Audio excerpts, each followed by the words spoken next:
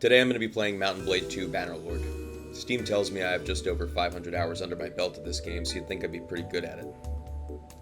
Anyway, I decided to do a prisoner-only challenge. Besides looking like a lot of fun, I needed something to go off of for my venture into the steep power curve that has been Adobe Premiere Pro. Let's start off with some ground rules. The only soldiers I'm allowed to enlist are the bandit troops found in roving parties and hideouts across Calradia. The only way to get them to join me is to defeat them in battle, and then wait for them to decide that life in my army is better than confinement. Number 2, I cannot pledge myself as a vassal to any faction.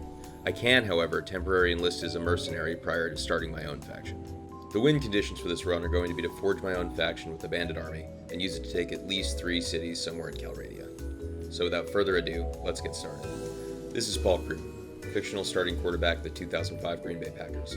Without the ability to recruit troops out the gate and 10 men short of a football team, Paul is going to have to solo down bandit parties all by himself until he can convince someone to join his cause. And I could say confidently that Paul isn't starting with many options here.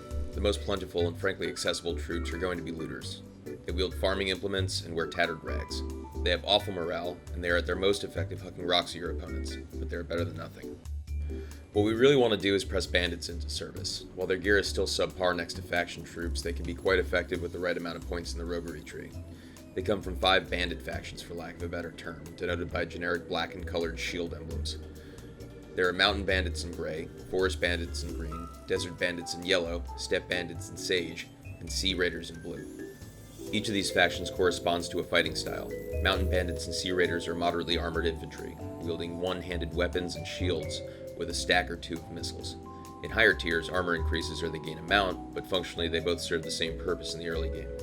Desert bandits and steppe bandits fall into the category of cavalry at tier 3 and earlier.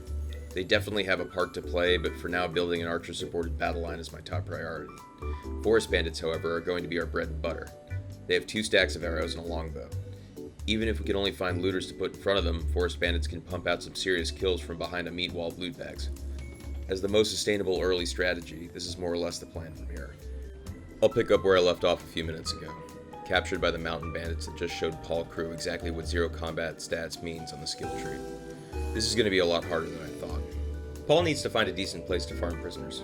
Starting off with looters is inevitable, but at the earliest opportunity we're going to start picking fights with forest bandits. I found that you can reliably find them in Britannia, conveniently located in the center of the map. Bouncing between Sturgia and Britannia, I've been able to grow my force to something resembling a formation. While inept at combat, my shieldless looter infantry has been able to function to keep troops off what precious few archers I've obtained so far. So long as Paul does his fair share to cause chaos on the field, this battle strategy is turning out to be sustainable enough to build up a bench of deadlier troops. Speaking of which, we will be in dire straits if our front line doesn't become more substantial before we start to encounter larger parties. Paul needs to set his sights on building a robust front line to defend his new archers. The top contender among the bandits for this role is the real juggernaut of the bandit factions, the Sea Raider Chief. Round shields with axes, heavy armor, and a stack of missiles to hug at anyone who gets close enough. They're pretty good all around, even up against faction troops. Hillmen, to a lesser degree, can help fill out this frontline role. While they are basically looters with slightly better stats at tier 2, they come into their own as brigands at tier 3. Brigands are shield-armed, leather-clad javelin-men who can withstand a frontal assault pretty reliably. With a little bit of weight in our front line and a bench of replacements and a chain gang behind us, it's time to start going for lethality. While bandit cavalry is outclassed by pretty much any of their faction-based counterparts, cavalry tactics are still essential to success in this run. 3 of the 5 bandit factions upgrade to horsemen at some point in their skill tree. Tier 3 brigands upgrade to highwaymen at tier 4. Highwaymen are light cavalry with a saddled horse, shield, javelins, and a short spear, usually with an axe or sword as a sidearm. They perform best skirmishing from mount, but can perform as charging frontline cavalry using their spear if absolutely necessary. In the Desert Bandit tree, the Tier 2 Bedouin Rover upgrades to the Tier 3 Desert Bandit. These barely armored cavalry wield 2-handed star falchion swords and an eastern spear, making them an effective glass cannon. Again, effective in a cavalry charge, but unlikely to survive long in the fray. If they do survive, however, they become a mainstay of this run, the Harami. Harami are Tier 4 light cavalry with shields, relatively heavy armor, a spear, and a longsword. Additionally, they have 1 stack of arguably the best thrown weapon in the game, the Jareed throwing spear.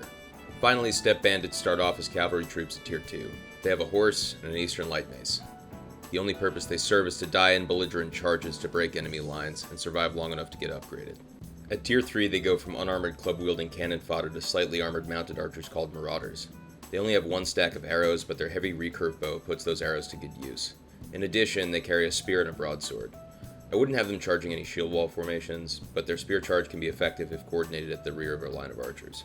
Marauders can upgrade into tier 4 raiders. They have the same armament as the Marauder, but with much more robust armor and a slight upgrade to the spear. By this point, you have probably noticed that these cavalry troops are no cataphracts or banner knights. While effective in their role, we don't have access to ironclad tanks to break our enemy's front line and open holes for our bandit infantry. Harami, highwaymen, and raiders can do some serious work wearing down the enemy in a skirmishing role. And while we can use them to charge in head-on, their relatively light armor and complete absence of horse armor ensure success only about once. That is to say, if Landian pikemen or Sturgian spearmen aren't on the front lines. Now that we've rounded out our party roster, it's time to start looking for companions. Companions can be found in taverns located in cities across Calradia. Each companion has a different occupation denoted by their title. Their title indicates what their skills and specialties are. For example, Gallo the Black starts with extra skill points in thrown weapons, one-handed weapons, and athletics. A good fit. Gallo would make a great bandit party leader due to her 80 points in roguery, and double as a good captain of our infantry on the battlefield as long as we get her the right gear. Combat-focused companions can be a force multiplier when chosen to captain a division that lines up with their skill set. We desperately need to bolster our less competitive bandit troops against a full-fledged faction party, and finding a good frontline melee companion to function as a bandit centurion should help in that regard. And with that, the Crewe clan ascends to clan tier 2. It's time to meet Radagast. The TLDR for all this dialogue is basically that this guy killed Paul's parents for some reason, and now, for some unrelated reason, he wants to enlist our assistance to rescue Paul's little brother and sister. The game gives us very little context, and trying to decipher the motives of Radagast is a bit beyond me. So we're going to kill him at the earliest opportunity. Now that we have a formidable company of criminals, a captain in our front line, and our family back, we need to make our larger footprint more sustainable. We have enough troops at this point where it's starting to become expensive to feed and pay them, and companions also have a wage of about twice their level. We need an income stream. Specifically, we need a mercenary contract. The idea is that a faction at war creates a temporary contract with an independent clan. That clan gets paid based off the amount of influence they receive, which is traded for gold at regular intervals. Moreover, a mercenary contract acts for us like a letter of marque against any opposing faction's trading caravans. If you are starting to catch my drift, the goal is to use our entirely bandit-based army to attack unsuspecting traders and take their haul for ourselves. Basically, Paul's going to become a pirate. Yarr. Caravans are accompanied by a contingent of 30 to 50 soldiers between Tier 3 and Tier 5. They are composed of medium cavalry and lightly armored archers, usually with a few Tier 5 infantry units with only a one-handed weapon. These caravans move fast, so while we outnumber them 2 to 1, catching them requires strategic positioning around the map. Between the major cities of Ortizia and Kuyaz, there is a narrow peninsula that all trade between the western side of the map and the Aserai Kingdom must flow through. What an excellent place to lay a trap. You see, Paul pledged to fight with the Sturgians for a reason. The Aserai being the southmost and the Sturgians being the northmost on the map, it is not likely that these factions will go to war anytime soon. From the relative safety of a neutral empire, we should run into very few if any hostile parties while hunting for caravans. When we can't find any caravans, some light raiding around the outskirts of the Vlandian Empire will also ensure we stay flush with influence, and therefore in the green for our daily wage to income ratio. A perk of defeating faction-aligned troops instead of bandit parties is an increased access to quality gear. While Paul is not expressly forbidden from trading for weapons and armor, I feel it is in the spirit of the challenge to equip Paul and his companions with only equipment salvaged from the battlefield. After all, Paul and his band of criminals aren't exactly a clientele to be proud of, and Caretaker's cousin isn't here to outfit us with fresh new digs. Anything we don't use can get sold to the nearest town, further boosting our income stream. The Crewe clan has amassed nearly 100,000 gold at this point. That is enough to be comfortable with our current station, but we're going to need millions if we want to fund the formation of an empire. In addition, Paul needs to get married. Not for love, obviously, but to consolidate power and secure powerful relationships as we begin to engage in politics. But that's going to have to wait. Our charm skill is too low, and Paul's still just a filthy pirate. I think I'll leave it here for now. I really appreciate you sticking around this long. I really enjoyed making this video, and I really hope you enjoyed watching it. There will be more to come. Paul's tale is far from over, and I already have a bunch of ideas for the next segment. If you can't tell, I'm pretty new at this. If you have any recommendations or resources that you'd like to share, please hook a brother up and let me know in the comments. I'm going to start working on the next video in the series at my earliest opportunity. To be honest, I don't know how to end this thing. I think I'm supposed to ask people to like and subscribe, but I don't feel like I've earned that right yet. Keep an eye out for the next one if you enjoyed this one. And for anyone out there like me, who's on the fence about trying something new, go give it your best effort. You may surprise yourself.